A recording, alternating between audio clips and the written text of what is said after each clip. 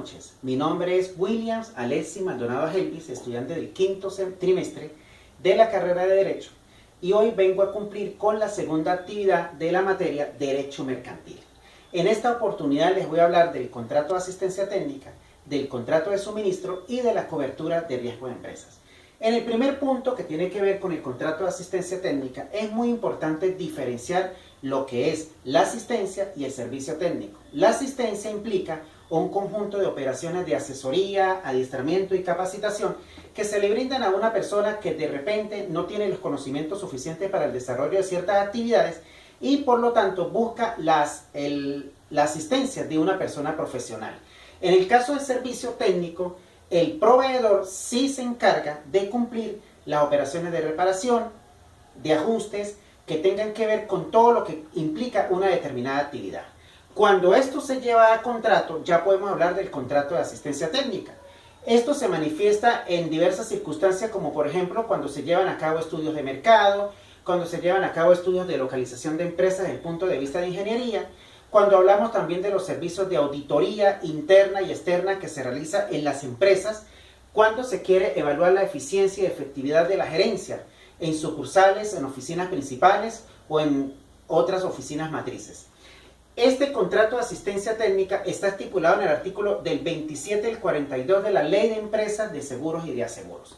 Este contrato de asistencia técnica tiene una vinculación también con elementos que tienen que ver con asesoría y transferencia de tecnología. La asesoría implica ya procesos de adiestramiento y capacitación que dependen de una serie de cláusulas que se fijan a través del tiempo y del espacio. Esto tiene que ver también con la necesidad que tenga el comitente para solicitar estos servicios. La transferencia de tecnología está relacionada con aspectos muy circunstanciales que tienen que ver con un régimen de exclusividad y un pacto preferencial. Esto quiere decir que es muy importante fijar elementos que garanticen el manejo privado de la información, el resguardo de datos y la codificación de ciertos elementos que permiten que la información y los datos que se manejan entre los elementos vinculantes no salgan de ese horizonte.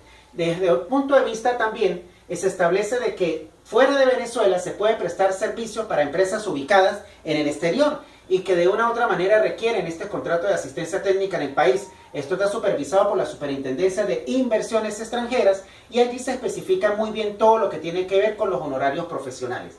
Cuando hablamos de contrato de asistencia técnica, existen ciertas condiciones que permiten entender el alcance de este tipo de contratos. Esto lo podemos ver en los códigos de deontología jurídica, como en el caso del Código de Deontología de los Médicos, de los bioanalistas, de los odontólogos, los cuales manejan información muy confidencial de sus pacientes y que de una u otra manera esa información se queda en resguardo, no puede salir del ámbito que ellos manejan.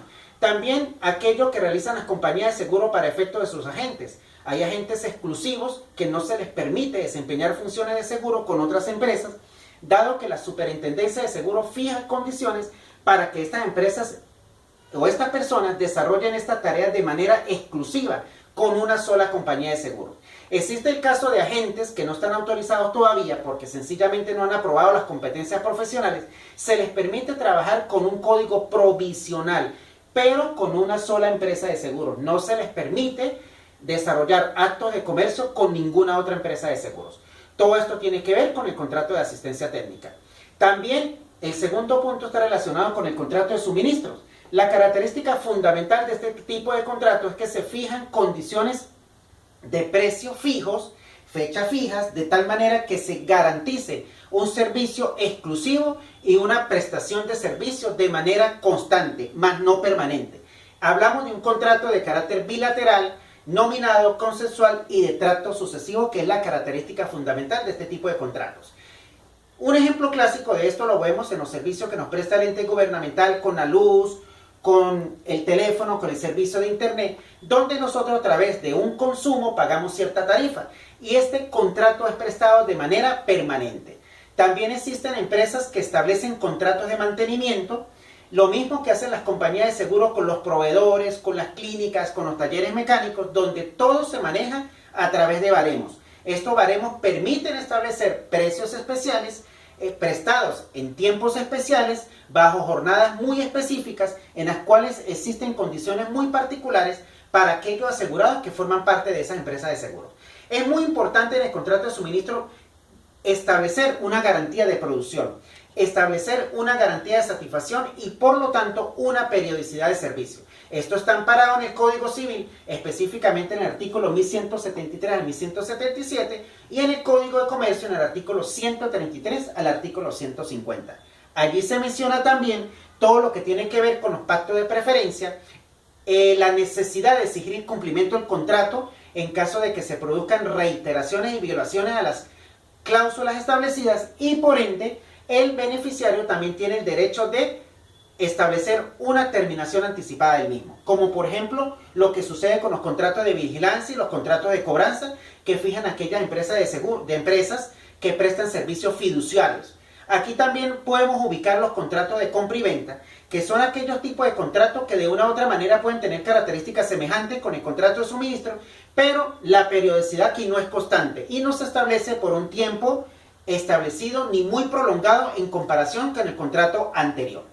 Como tercer punto vamos a hablar de la cobertura de riesgo en empresas. Estos son actos de comercio de carácter solemne, bilateral, oneroso, aleatorio y de adhesión, que están ubicados dentro de la actividad aseguradora. Aquí tenemos que identificar la funcionalidad a través de empresas de seguros, a través de intermediarios productores de seguros y a través de también unas personas que ejercen un papel muy importante desde este punto de vista, como son los evaluadores o peritos que permiten determinar la naturaleza del riesgo que se va a asegurar. Aquí se establecen una serie de cláusulas fijadas en una póliza de seguros, un contrato de seguro y una serie de condiciones particulares y generales que están controladas por la ley de empresas de seguros y por la ley del contrato de seguros. Aquí es muy importante considerar en Venezuela lo que se conoce como la póliza de incendio y líneas aliadas.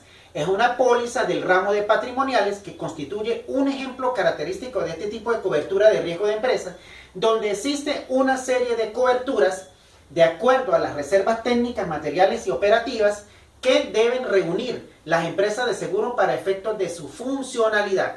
Aquí, por ejemplo, se mencionan muchas coberturas, como daños por agua, inundación, disturbios laborales, disturbios callejeros, los motines y coberturas extraordinarias. También existe la cobertura de rotura de maquinarias, avería de equipos electrónicos, el lucro cesante, que es la paralización de las funciones de una empresa por circunstancias de orden administrativo, técnico o operativo. También hablamos de la póliza de responsabilidad civil, que es aquel tipo de contrato que nos permite salvaguardar nuestra obligación, nuestra ocupación en caso de sufragar o en caso de presentarse algún inconveniente en la prestación de nuestros servicios. Por ejemplo, esto es un contrato que pueden contratar aquellos ingenieros responsables de grandes procesos productivos.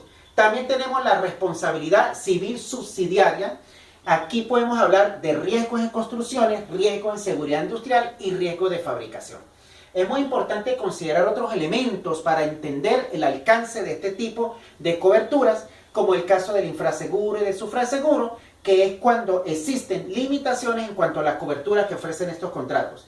Es por ello que muchas empresas de seguros se ven en la necesidad de establecer convenios a través de coaseguros y reaseguros. A partir de allí también surge la figura de pólizas colectivas y pólizas administradas. En otras circunstancias también existe la salvedad de establecer fianzas de fiel cumplimiento para garantizar que ciertas operaciones lleguen a su feliz término. Dado estas circunstancias, se da la necesidad de establecer cambios para efectos de renovación de estos contratos en la naturaleza de los mismos. Generalmente esto sucede cuando la naturaleza del riesgo cambia, cuando la infraestructura del riesgo cambia, cuando existen modificaciones desde el punto de vista de los elementos de seguridad industrial, cuando se incorporan otros elementos que tienen que ver de manera indirecta con el objeto al cual pertenece el bien asegurado. De una manera u otra, aquí también se habla de la terminación anticipada, pero a diferencia del contrato anterior, este proceso de terminación anticipada lo puede llevar el mismo prestador de servicios, el cual se puede deber a diversas circunstancias, como una reclamación fraudulenta por parte del asegurado, también cuando se demuestra dolo por parte del asegurado, cuando se demuestra la culpabilidad del mismo en la generación de determinado siniestro y cuando éste, teniendo al alcance la posibilidad de aminorar las consecuencias de determinados siniestros, no lo hace. Es por ello que para establecer contratos definitivos de cobertura de riesgo en una empresa, se evalúa todo lo que tiene que ver con los predios del bien asegurado, su ubicación geográfica, su contenido, su infraestructura, y a partir de este momento se define la característica de un riesgo. Puede ser riesgo 1.1, 1.2, 1.3, 2.1, 2.2, 2.3, dependiendo de las características físicas, materiales y colindantes que caractericen al objeto que se va a asegurar. Esto conlleva considerar otros elementos que sirven para salvaguardar la integridad del bien asegurado, como la indemnización del arbitraje. El arbitraje es un proceso que se lleva desde el punto de vista de la contratación y desde el punto de vista del momento al presentarse el siniestro, de tal manera que se confirma efectivamente la cobertura que ha sido contratada. También hay que hablar de la enfermedad ocupacional, de los accidentes de trabajo. Hay que considerar la ergonomía del trabajo, que está establecida en la Ley Orgánica de Protección y Condiciones de Medio Ambiente de Trabajo, las normas internacionales de seguridad industrial y la Ley Orgánica del Trabajo. También es preciso considerar que todos estos contratos se basan en condiciones muy particulares que establecen la finalidad de verificar las circunstancias del riesgo y por ende su cobertura específica. Dentro de estas coberturas particulares o condiciones particulares también existe lo que se llaman las exclusiones. Las exclusiones se dan, por ejemplo, cuando el trabajador ha realizado actividades que no corresponden con su contrato dentro de la empresa, también cuando ha llevado a cabo o tiene antecedentes médicos que no se han comprobado o no se han verificado por parte de la empresa, también cuando ha incumplido con las condiciones y normas de seguridad industrial y de ergonomía establecidas en la Ley Orgánica de Protección y Condiciones de Medio Ambiente de Trabajo, y también cuando existen riesgos que no han sido totalmente declarados. Es por eso que la Ley de Empresas de Seguros y la Ley de Contrato de Seguro fijan obligaciones para el asegurado para salvaguardar su integridad y la de la misma empresa, como por ejemplo, debe notificar cualquier circunstancia adversa a la compañía de seguros, debe notificar también al Instituto de Previsión de Seguridad y Salud Laboral, de acuerdo a lo establecido a la Ley Orgánica del Trabajo, no debe negociar nunca las coberturas que amparan su contrato, debe tratar de aminorar en lo posible las consecuencias de un siniestro. Esto genera una circunstancia de evaluación y categorización de la agravación o disminución del riesgo, lo que le llevará a la compañía de seguro a renovar o no renovar para el próximo año un contrato.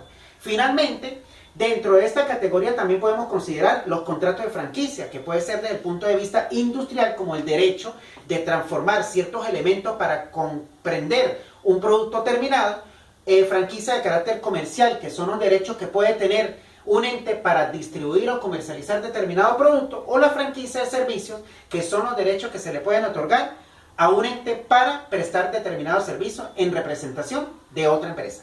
Bueno, esta ha sido mi exposición. Muy buenas noches.